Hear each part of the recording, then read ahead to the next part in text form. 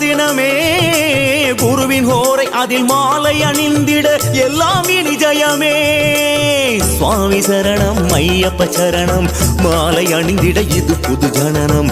தேவன் சரணம் தேவி சரணம் சரணம் விழித்திட புது பலம் தரணம். சுவாமி சரணம் ஐயப்ப சரணம் கழுத்தில் ஆடிடும் மாலையில் வாழணும். தேவன் சரணம் தேவி சரணம் பிடிக்கும் சரண கோஷத்தில் வரணும். கார்த்திகை வீரந்ததும் நல்ல நேரம்தான் மாலை அணிந்ததும் நல்ல காலந்தான்.